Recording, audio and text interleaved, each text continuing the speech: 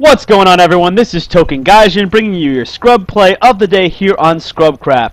This is going to be a bro toss action match against a TZ team here on Molten Crater.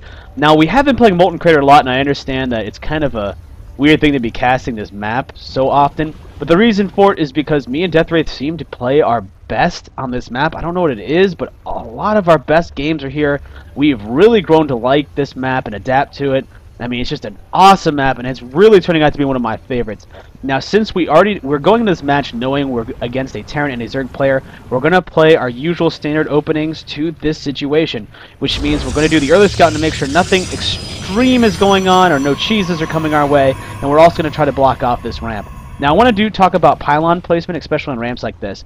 On smaller ramps like this, or medium-sized ramps, I like to put my pylon in the back, even though Deathwraith has put his up here. And the reason being is on smaller ramps, you really don't need the pylon to block things off, and your pylon is the most vulnerable part of your wall. Buildings take far longer to die than a pylon does, and if the pylon gets taken out on the initial push or a rush by your opponent, you're going to lose the ability to control a lot of your buildings if you don't have this backup pylon. So it's really, really nice to avoid not only getting supply blocked, but to also be able to get this thing to stay as alive as long as possible. So I'm going to put my gateway down standard, and so as Deathwraith as they're dropping, we're both doing 9 pylons into a 12 gateway. I'm going to start doing poking around a little bit in the Terran's base. I want to scout what Terran's doing while Deathwraith spawns. He checks out what the Zerg is doing. Apologize for that little slip right there. So I'm actually going to set my probe on patrol. And the reason I set my probe on patrol, and this is another little tip when you're playing in StarCraft, set your probes on patrol like just back and forth in their base, and you'll scout a lot of what's going on early before they can destroy it.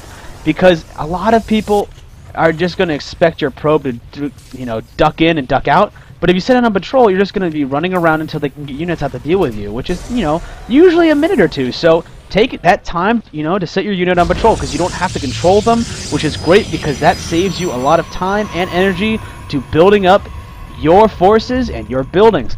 Now I'm getting my cyber core as a standard. Already got gas now. I'm going to get the secondary pylon because you don't want to get supply blocked. Deathwraith is putting his pylon here so we can look at the entrance and make sure they aren't coming to do any cheeses or anything like that. And it looks like, since we've already poked around and see what they're doing, and we don't really see any initial cheeses or anything to be really worried about, we decided to go with a very standard opener for this type of situation, which is me going a 4-gate and him going 3 gates in a robo.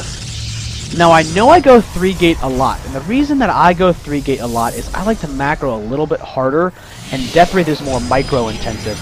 And it sounds kind of weird seeing as a robo is kind of a pain in the ass to macro, but he really, really makes it work, especially with that immortal placement, because if you are using immortals really early on, you want to make sure they don't die. So it's a lot better for us to leave those immortals in his hands. And a 3-gate opener is actually usually my standard opener. I think it's probably the best and most versatile opener that the Protoss has, because 3 gateways is a great amount of production to get a lot of initial units out if you need to react to a push, while it also leaves you open to either get a next gateway, a robo, or a stargate, so you can actually just, build your build off of what your opponents are doing. So it's really reactive based, and it's a great opener to do if you're Protoss. So I highly recommend it. You're getting my stamp of approval. That's right, I'm giving my stamp of approval. So I'm going to build a pylon over here. On maps like this, especially when you're fighting Terran and Zerg, actually, when you're fighting every race, just screw it. You want to, on big maps where you have dark areas, you want to put something down there so you get line of sight, because there's Nidoworms, there's Baneling drops, there's Medivacs, and we don't have to worry about warp prisms, but there are warp prisms too, so make sure you always get pylons around your base. I just put them there just to check to see if Reapers or anything were coming, and I didn't see anything coming, so that's good. You usually want to check around the 5-minute mark, 6-minute mark to see if Reapers are coming. I also got my second gas down. I almost have work gate completed, so I have 4 gateways down. They're not completed, but they're down, and I'm getting those extra pylons out so I can actually build up my troops the best I can. Now, the reason why I have my stalker here in between my base and my ramp is because it's a very short distance, and I want my stalker to be able to react to whatever happens. If I do get Reaper rushed, or if I do get a medevac drop, my stalker or my troops are going to be able to easily and quickly get to my base to defend it. And it can also get to the ramp just as fast. I mean, this Zealot's going to be able to hold for a couple minutes. I mean, Zealots are like the bulkiest first unit that you can get in the game. So, you can let him sit there for a while. He's not going to die instantaneously. He's going to hold for a second or two. So you really have the ability to just leave him there and to keep your forces a little closer to your base if you want to. Now, Deathwraith and me are both poking on. I'm going to send a probe out to scout, and he's sacrificial. I want to see what that Terran's doing. We basically already knew that he was doing a standard pull, which means he's probably going to expand off of his early, you know, not his early pull, his great early economy and his late pull, and that's exactly what he's doing. So really, it's good to send a probe around the 7-minute mark if you haven't seen the Zerg or Terran since the beginning, because Zerg like to expand, so you want to know when they're expanding, because they're going to have a lot of their economy put into this expansion, so you know they're not going to push out anytime soon, and it's a great thing to know, so you can make your own expansions. And also, you want to see what the Terran's doing, because, I mean, they have a tendency to just come and screw you if you leave them unattended. So my probe goes up, and I see the tanks, so we're knowing that our build is actually going to work really, really well, especially since Deathwraith is getting these Immortals out. He's sending observers over, so we're going to be able to scout. Not only that, we're going to be able to deal with tanks, because tanks are great, but man, Immortals just eat them for breakfast. So since we see all this going on, I'm going to get my Twilight counts out, because I don't know if I want to get Blink Stalkers or if I want to go into DTs. I am going to go to DTs at some point because I want to get Archons out. The reason I want to get Archons out is because we see tanks coming out and Marine and Marauder, which usually means that he's going for Marine Marauder with tank back out and just a couple medevacs, and Archons are just great at not only absorbing the damage from the shells, but protecting any of the troops that are needed to kill the Marine ball. Not only that, Archons get a bonus to everything the Zerg builds. I mean, they have a little bit more of a problem with armored Zerg opponents, but I mean, they have a bonus to all biological units, and everything the Zerg builds is biological. They don't have any mechanical things. So Archons are always a great thing to have when you're fighting a Zerg. So I say, why not build a lot of Archons, because I can take a lot of hits, and I can also dish out a lot of damage, especially if they're building up an army of Roaches and Hydras. And as you see, Roach and Hydras are going to be what's coming out for the Zerg. So since we scouted that, that is why I decided to go Archons. And the reason I'm doing it off of DTs and not HTs. A lot of people have asked me who are new to StarCraft, especially some of my friends who I'm actually helping to learn, helping to teach how to play the game, have been asking me, why do you do DTs and not HTs, or when do you know which one to do for Archons? The easiest thing to tell you is just which one works best for your situation. I mean, HTs are extremely great at becoming Archons, because not only that, you get HTs, and when you don't have enough HTs to make Archons, or when they're just HTs themselves, you get Psystorm. So if your opponent's building up a giant Marine Marauder death ball, you can just Psystorm the hell out of them, especially if your Zerg opponent is going for something like this massive Lings or Mutas. I mean, Psystorms just eat them for breakfast, as well as Archons. So, I mean, they're great situational, and they also are a lot less stringent on the mineral side. However, they do cost more Vespian, and they're not that much more Vespian, but I just prefer DTs. I mean, Vespian does add up. It's a lot harder to get Vespian than it is to get minerals, so to me, it's more important. Now, the Terran is going to drop out here with just one medevac full of Marines and hit my line, and I don't remember. I remember I was trying to get like 3 things down, and then I was like, oh crap, I didn't even notice it.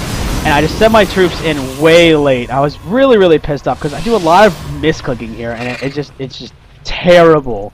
This is super scrubby of me, but I was really, really pissed about this. So you're gonna see some really crappy play right here. I misclick my probes, trying to get them back in the line, so they're just chilling here, not doing anything. Then I start just trying to pump out probes at my second base, at my natural, and so I've just got sentries laying here, not doing anything, and I got probes sitting here, not doing anything. So, yeah, this is like a complete, 20 to 30 seconds of me just not econing as hard as I can after that push, and that's something you really want to do. Try to pay more attention whenever you can.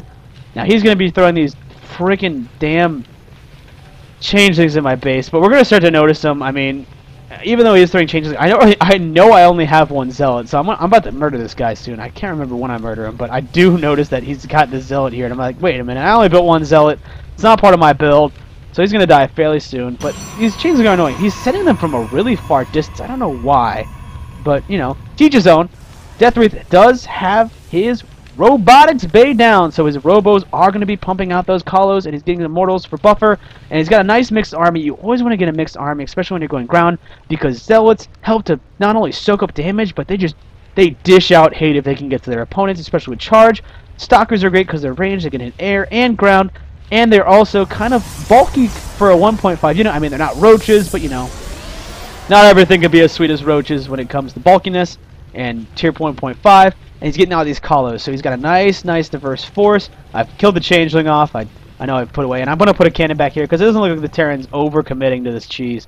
Now, Deathwraith did start poking out with these Zealots, and it looks like he really just got him back. He dropped in my line, and Deathwraith was like, hell no. And he dropped Zealots into this line, and he killed a lot of his SCVs off. I mean, you see he's still got quite a bit there, but, you know, when you only drop, like, 3 Zealots to just hit a line, you're not really wasting that many minerals, especially when you consider the fact that I think he killed a lot of workers. Yeah, units lost. Yeah, he lost 3 Zealots, but he killed 6 workers. I mean, that adds up. I mean, it's actually, he comes out even. So, you know, that's not bad, coming out even. You make 3 Zealots, they kill 6 workers, you know, everything's even. I am starting to get these Archons, and these Archons are just going to get a lot of work done later on. And the thing about Archons is you're teching Archons as opposed to just doing DTs or HTs, you need to get upgrades. Because Archons are great and everything, but you have to remember, even though they have a ton of shield, they don't have much health, and their attack, while it is great against biological, suffers against mechanized units, so you do want to give them every little advantage you can. Especially, I mean, these things are expensive as all hell. It costs 2 DTs to make these things, or 2 HTs, or an HT and a DT. And those units themselves are no joke. So make sure to take care of your Archons. I'm going to go for attack 1 first, and then I'm going to go for shield. The priority for upgrades on Archons is shielding and weapons before armor. I mean, armor is great, but Archons are known for having that pain in the ass shielding of theirs. So make sure you upgrade the shielding and attack as fast as possible.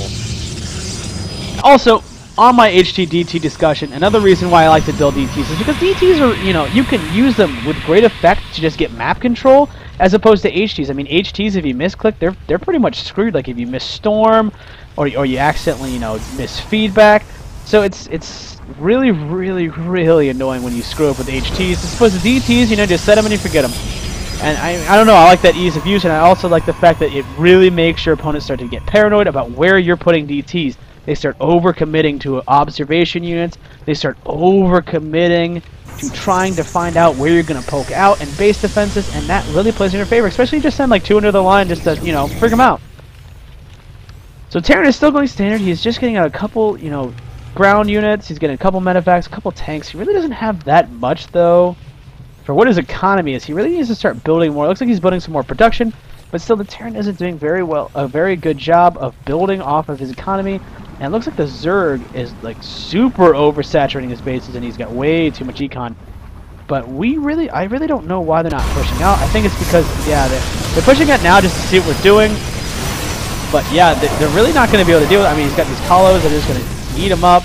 And he sends his Zerglings, and he totally misses this expansion. My cannon's not down. I'm getting my 3rd out. This is a great time to get your 3rd, and as a Zerg, you really don't want to get your 3rd after a Protoss. The thing about fighting against Protoss forces, especially in 2v2, if you got 2 Protoss, don't let them both tech up.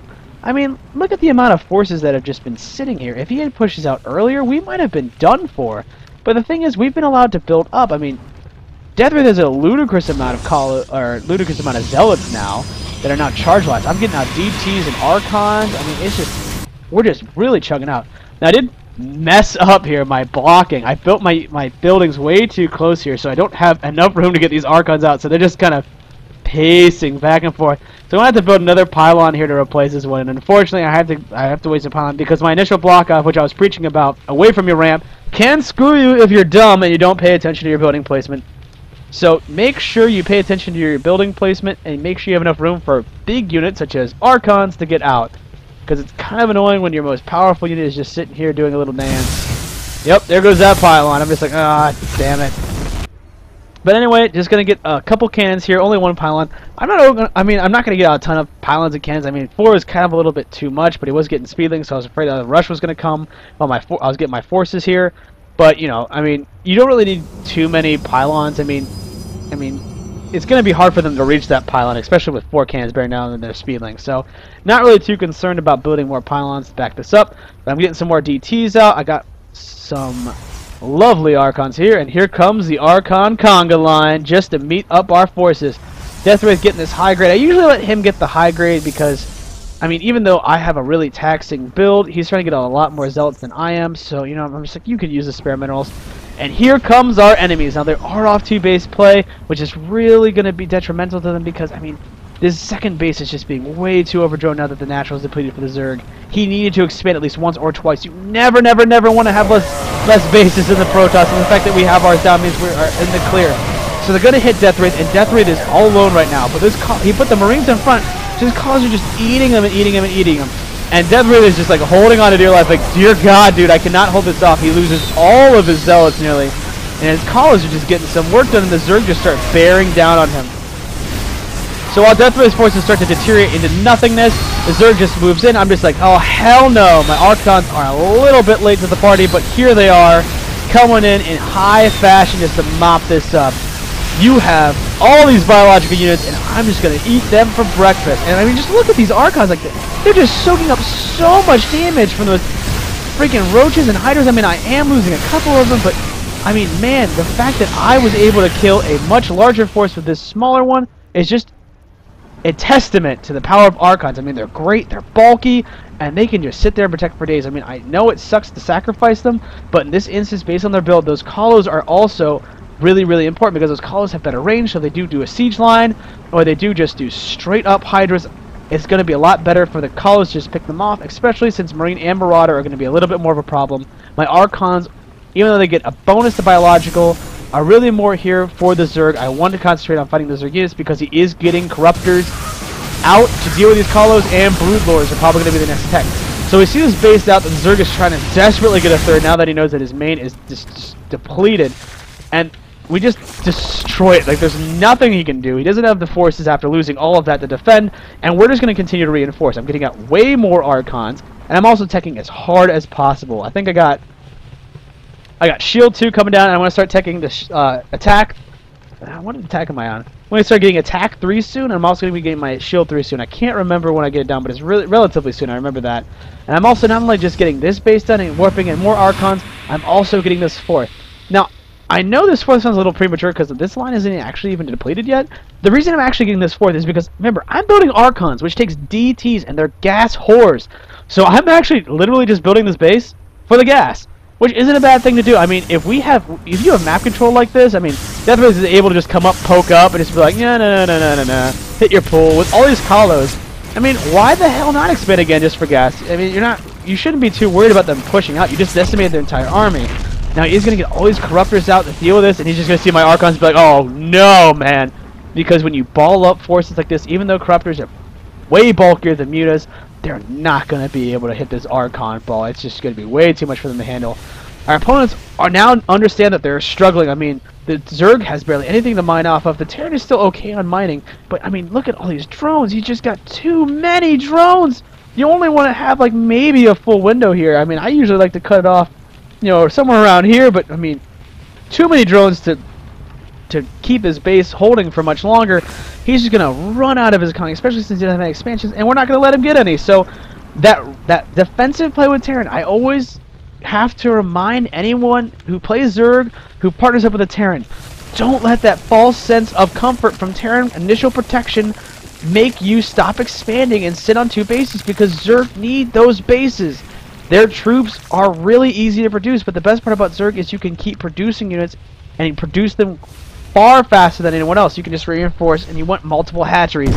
So this is going to be a huge mistake. Now they are playing things rather smart right here. At least the Zerg is. He's getting spine callers and spore callers and moving this creep, and he's making a creep defense, which is going to be a great idea. But I mean, just on this economy alone, he's going to be wasting way too much money on these spine crawlers. So it's really not going to work out as well as he hoped. I mean, because my Archon count is getting ridiculous. Let's look at the units tab. I mean, I'm rolling 17 Archons. That's a ridiculous amount for him to deal with. And I am finally getting these upgrades. I'm getting Attack 3, and it looks like Shield 3. So I'm going to have full Shield and Attack when we make this final push and decimate them. So there's not really much they're going to do. And plus, the Terran does try to sneak out of base, which the Zerg should have probably been trying to do more, but he's not going to be able to because we're just patrolling around and, you know, making sure to block everything they're doing. My new base just for gas has been dropped. I have just lost my gas at my main, so I'm going to have to move these probes out to a new base or make use of them, because I am going through gas like crazy. I mean, I'm hard teching, and I'm busting out Archons and DTs as fast as possible. But I mean, look at that. I mean, 20 Archons, and it kind of pisses me this match. I didn't think to do it because we were just, we were just having a blast, having this map control, making sure all our bases were covered and that we weren't overextending ourselves, because you never want to get too overconfident. What I should have done is get out a mothership. I would have had to get a Stargate out, and I would have had to get the stupid fleet beacon.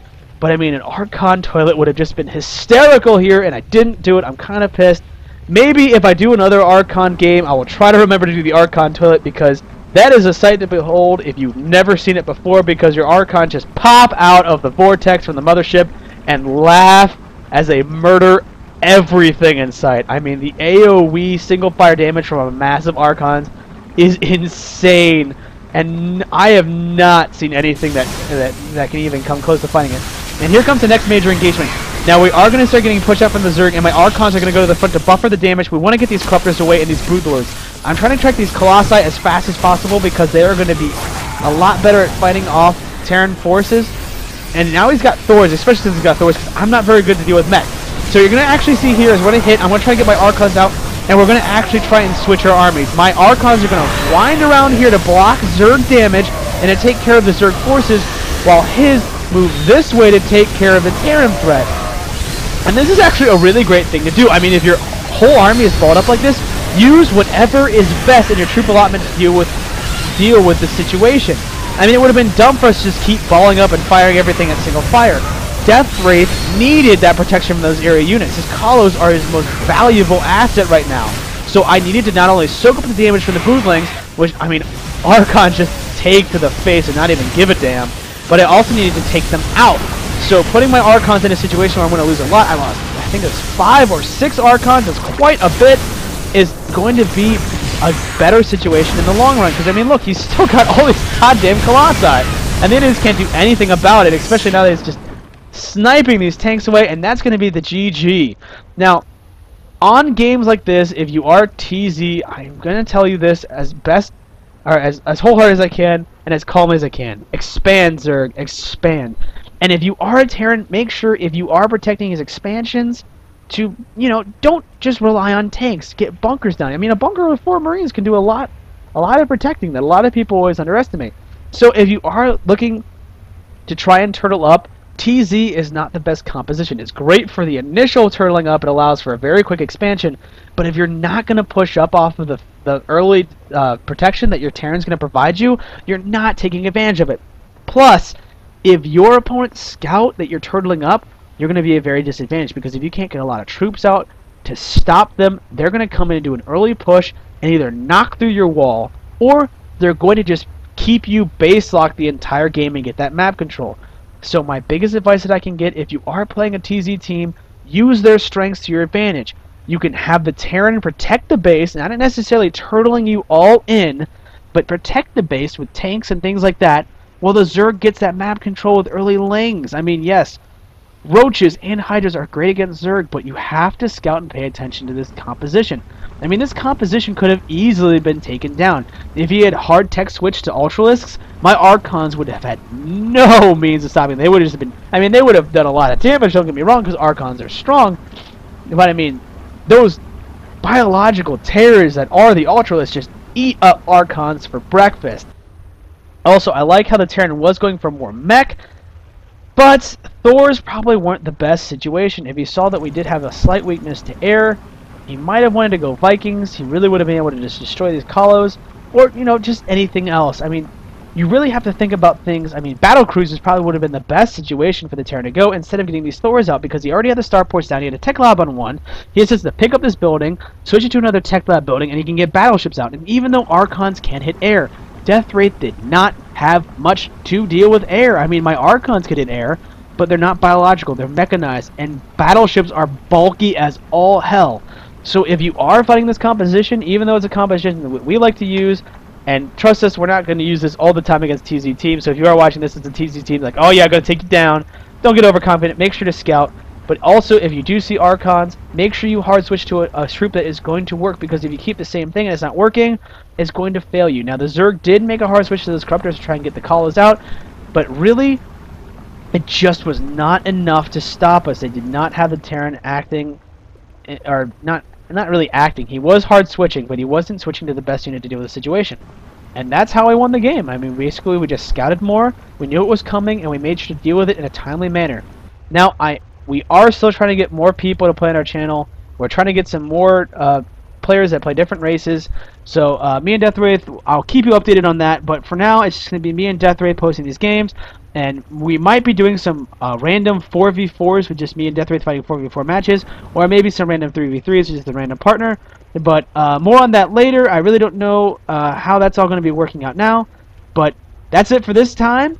I'll see you all next time on Token Gaijin Gaming's Scrubcraft channel. See you next time.